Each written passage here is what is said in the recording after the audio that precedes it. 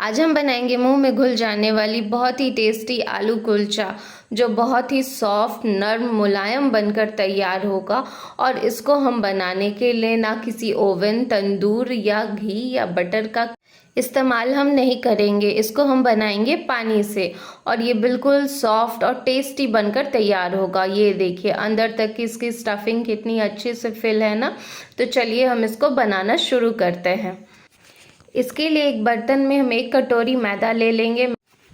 Half कटोरी यहाँ पे हम दही का इस्तेमाल करेंगे। दही जो यहाँ पे लेंगे ताज़ी दही लेंगे, खट्टी दही का इस्तेमाल यहाँ पे हम नहीं करेंगे। आधा चम्मच नमक, 1 छोटा चम्मच चीनी, हाफ चम्मच बेकिंग पाउडर और 1/4 चम्मच हम बेकिंग सोडा डालेंगे। अब इसमें हम डालेंगे बटर। बटर से क्या होता है ना कि हमारा जो कुलचा बन के तैयार होगा ना, वो बिल्कुल सॉफ्ट, मुलायम बनकर तैयार होगा। अब इन सभी को हम ड्राई ही अच्छे से मिक्स कर लेंगे, मिक्स होने तक। बटर के जगह यहाँ पे रिफाइंड ऑयल का भी आप इस्तेमाल कर सकते हैं, पर बटर से बहुत ही अच्छा स्वाद आता है। अब इसमें हम थोड़ा थोड़ा पानी डाल के इसका मुलायम आटा गूंथ कर तैयार कर लेंगे। सख्त आटा गूंथ कर तैयार नहीं करेंगे, नहीं तो क्या होगा ना कि हमारे जो कुलचे हैं बिल्कुल फ्लफ़ी बनकर तैयार नहीं होंगे। इस तरीके से हम अपने आटे को गूंथ लेंगे और मसल के अच्छी तरीके से मुलायम बनाकर तैयार कर लेंगे। ये देखिए बिल्कुल सॉफ्ट सा आटा गूंथ कर हमने तैयार किया है और हमारे आटे में लचीलापन है। अब इसको क्या करेंगे, एक बार इस तरीके से अच्छे से मसल लेंगे और एक साफ़ कपड़े से ढक के आधे घंटे के लिए इस पर रेस्ट पे छोड़ देंगे। तब तक हम अपने फिलिंग को बना लेंगे। इसके लिए यहाँ पे 2 उबले हुए आलू ले लेंगे और इसको स्पून की मदद से इस तरीके से मैश कर देंगे।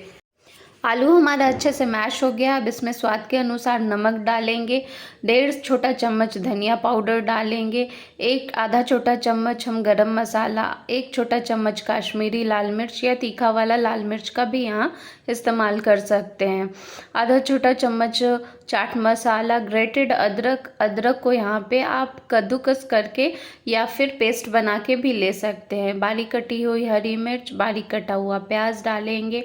बारीक कटी हुई हरी मिर्च की क्वांटिटी आप अपने हिसाब से कम या ज़्यादा कर सकते हैं। आपको तीखा ज़्यादा पसंद हो तो आप हरी मिर्च की क्वांटिटी ज़्यादा बढ़ा सकते हैं।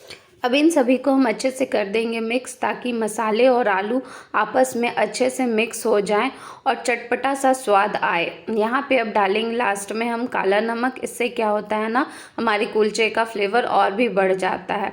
पर ध्यान रखेंगे जब हम सफ़ेद नमक डालेंगे तो उसकी क्वांटिटी कम डालेंगे। स्टफिंग हो गया हमारा अच्छे से मिक्स और इसको अब हम करते हैं साइड में। और आधे घंटे हमारा आटे को रेस्ट करते हो गया है, तो चलिए अब हम उसको चेक कर लेते हैं। ये देखिए हमारा आटा बिल्कुल सॉफ्ट गूंथ कर तैयार हुआ है। इसको एक बार इस स्टेज पे हम अच्छे से और मसल लेंगे, ताकि आटा जो है हमारा और मुलायम हो जाएगा। इसको हम आपको स्ट्रेच करके भी दिखा देते हैं। हमारा आटा बिल्कुल स्ट्रेचेबल है, अच्छी तरीके से स्ट्रेच हो रहा है, इसमें लचीलापन है। जब हम इसको टान रहे हैं तो ये वापस से टूट नहीं रहा है। ये देखिए अब इसकी हम छोटी छोटी लोइयाँ बनाकर तैयार कर लेंगे। यहाँ पर हम लोइयों को रोटी या पराठा जो बनाते हैं ना, हम उससे थोड़ा बड़ा तोड़कर तैयार करेंगे। इससे क्या होगा ना कि हमारा कुलचा थोड़ा थिक, मोटा बनकर तैयार होगा और स्टफिंग भी बहुत अच्छे से फिल होगा। अब एक लोई उठाएंगे और अपने दोनों हथेलियों के बीच में रख के इस तरीके से गोल गोल घुमा देंगे।